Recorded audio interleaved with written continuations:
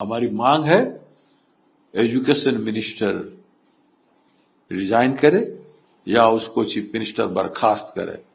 हमारी मांग है कि थाना को रिफॉर्म करो, अलर्ट करो। हमारी मांग है कि सीएमओ अपना फंक्शनिंग प्रो पीपल करे, रेस्पॉन्सिव सीएमओ बने, should respond to the plight problems of women immediately। months together से नहीं होता है, निराशा होती है जिससे इस तरह की घटनाएं होती। ये आपने देखा,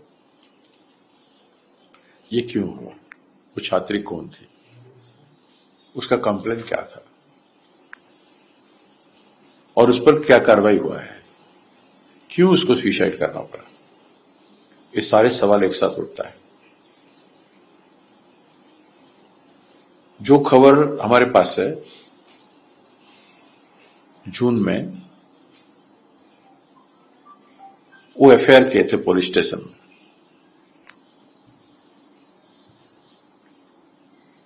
उसके बाद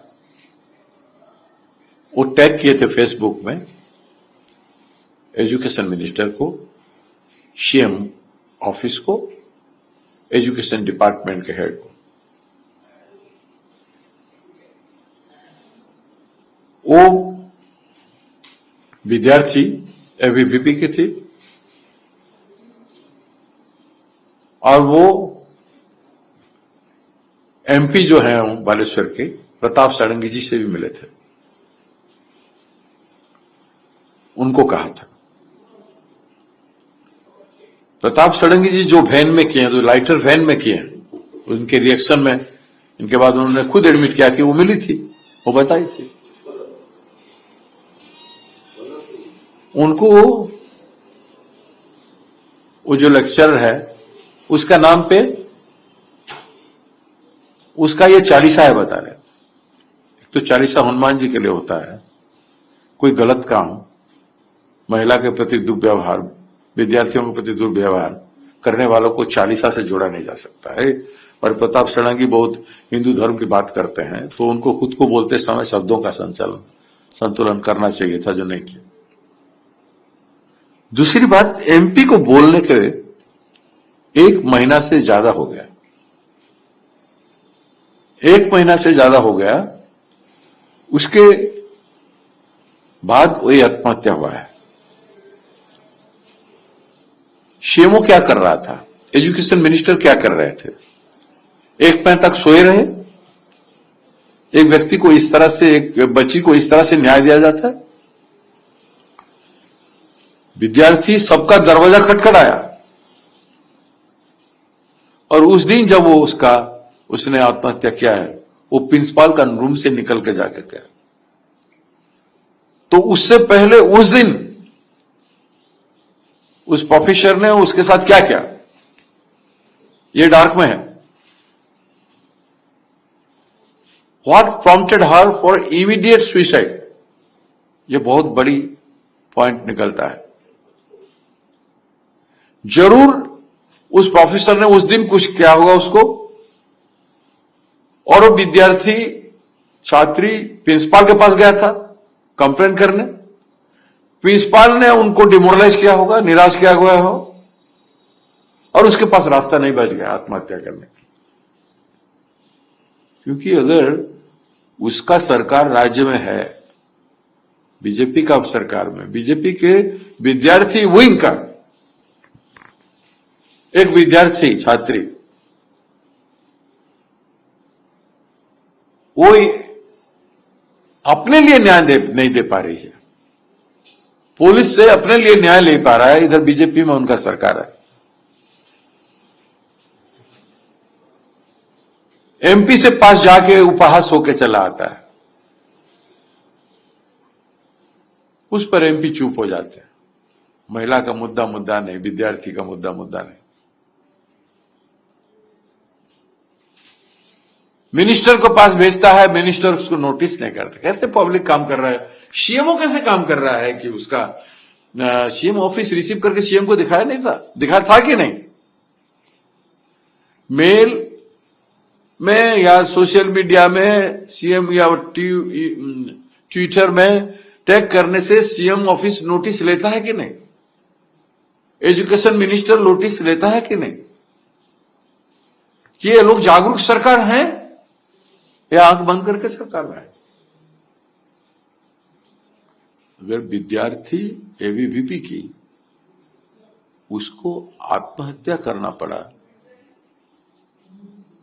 तो बच्ची, वो विद्यार्थी, वो छात्री किस बच्ची को, किस विद्यार्थी को प्रोटेक्शन दे पाएगा? अपने पार्टी के नाम पर, पार्टी में आने के लिए, पार्टी में बुलाने के लिए, पार्टी में काम करने के लिए, हम हैं आपके साथ, आपका सुख दुख में साथ देंगे, आप निर्भय होकर आइए, कैसे कहेगा?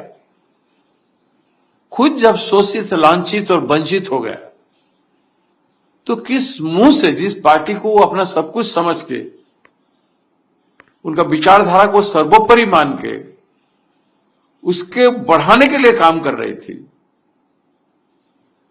और आगे कॉलेज इलेक्शन था, एक दूसरी बात है, तो it involves lot of doubts, lot of ifs and buts. हम भगवान से प्रार्थना करते हैं वो स्वस्थ हो जाए, जीवित हो जाए, जीवित रहे, स्वस्थ हो।